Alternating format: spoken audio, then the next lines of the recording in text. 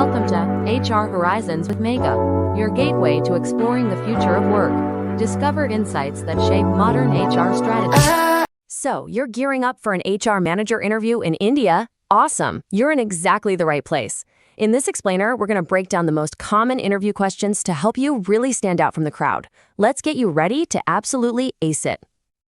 You know, when an interviewer asks a question, there's always a question behind the question. They're not just looking for a simple surface-level answer. They're trying to figure out your strategy, your philosophy, and what kind of impact you're going to have. So today, we're going to decode that subtext so you can give answers that really, truly hit home. All right, first up, Section 1, the foundation. This is all about proving you're the right fit from the moment you walk in the door. Think of this part as the foundation of a house. If you get this right, everything else you say is built on solid, convincing ground. It makes everything that follows so much more powerful. The classic opener. It seems so simple, doesn't it? But tell me about yourself is where so many candidates stumble. This is not an invitation to just read your resume out loud. It's a test. Can you summarize your professional story with real impact? A winning answer here has a perfect structure. You want to start with your years of progressive experience. Then you highlight your key specializations, things like talent management or culture building. Then showcase your core competencies. And this is crucial, mention your expertise in Indian regulations. It just presents you as the complete package. See, the whole goal is to deliver your story with confidence, clarity, and structure. It's not just what you say, it's how you say it. It proves you're an effective communicator right from the get-go. Okay, so after they know who you are, they want to know how you lead. This next question is all about your management philosophy and your potential to really influence the whole organization. A really strong answer here leans into a modern leadership approach. You want to use keywords like participative and empathetic. You want to show that you empower your team, you encourage new ideas, and you're focused on an inclusive, value-driven environment. This shows you're a leader who builds people up, not just manages them. Let's move on to Section 2, the blueprint. Here, we're shifting gears from your personal fit to your strategic value. This is where you prove you're not just an HR manager, but a true business partner. This is such a critical mindset shift. The most effective HR leaders, they get this. They understand their work isn't done in a vacuum.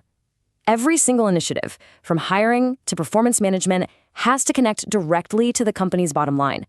We're talking revenue, growth, and its big strategic goals. This next question tests that exact mindset. How do you take those big picture company objectives and turn them into real, concrete HR actions? Your answer here is what's going to separate you from the rest of the pack, for sure. The best way to answer this is with a really clear, logical process. Step 1. You deeply understand the business plan. Step 2, you create HR strategies that are perfectly aligned.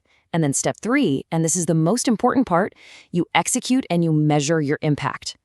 Citing a specific result like I improved retention by 25% makes your answer incredibly powerful. Ultimately, it really just boils down to this simple but powerful formula. You take the company's strategy, you put it into execution with your HR initiatives, and you deliver measurable results. That is what a strategic HR partner does, period. All right, moving on to Section 3, the toolkit. This is where we get into the nuts and bolts, the nitty-gritty. This is where you prove you have the core technical skills to get the job done. So, we've covered your foundation and your strategic thinking. The next question is, can you actually do the work? Can you navigate the legal landscape? Can you use the right tools? And do you know how to measure what really matters? In the Indian context, this question is an absolute non-negotiable. Compliance is a massive, massive part of the HR manager's role, and one little mistake can be incredibly costly. Your answer here needs to show that you have comprehensive, up-to-date knowledge. A great answer will have you confidently listing off the key statutory areas, mentioning things like the Employees Provident Fund, or EPF, the Gratuity Act, and of course, POSH. It just shows you have a firm grasp on the whole regulatory framework. This builds immediate trust with the interviewer. Okay, from laws to data. This question is designed to probe your ability to think like an analyst.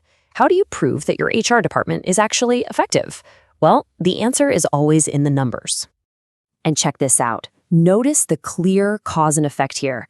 You don't just list a bunch of metrics. You connect them to your actions and the results. For example, by revising our onboarding process, we improved our first-year retention by 15%. See, this is how you prove your value in a language that the business understands. On to our fourth section, the heartbeat. This is all about the human in human resources. It's about building a place where people genuinely want to work. Look, strategy and data are absolutely crucial, but an HR manager's core responsibility will always be the people. These next questions are going to test your emotional intelligence and your ability to foster a really thriving culture. Interviewers love this question. You know why? It shows if you're proactive or reactive. Are you just running around putting out fires, or are you actively building a better workplace? Your answer should highlight a specific program you thought up and you made happen. This just highlights the incredible power of a single number. Don't just say, oh, I ran a recognition program. Say, I led a program that improved our employee engagement score by 30%. That data point makes your achievement tangible and honestly incredibly impressive. But of course, it's not always about fun engagement programs. Conflict is inevitable, right? This question tests your ability to be a fair, impartial, and effective mediator when things get tough. The key here is showing you have a structured process. You have a system. You start with early intervention, you practice neutral listening to understand both sides, you identify the root cause, not just the symptoms, and you make sure the resolution is fair and totally aligned with company policy. This shows you're methodical even when you're under pressure. And that brings us to our final section, the closing pitch. You've laid all the groundwork. Now it is time to bring it all home. This is it. The final question that ties everything together. Your answer here is your last chance to make a powerful, lasting impression. It's where you summarize your unique value proposition. A powerful closing pitch pulls all of your key strengths into 3 distinct, memorable points. You're a strategic thinker who drives business growth. You're a hands-on executor who can handle the details and compliance. And you're a passionate culture builder who genuinely cares about people. That combination, it makes you the ideal candidate. And as we wrap up, I just want to leave you with this one thought, which translates to, those who work on themselves are the ones who crack interviews. Seriously, remember that. Preparation is everything. So as you prepare, don't just think about how to answer their questions. Think about this final, crucial question for yourself. How will you build a culture where people don't just work, but truly thrive? Answering that for yourself is the ultimate preparation. Now go get them. Good luck.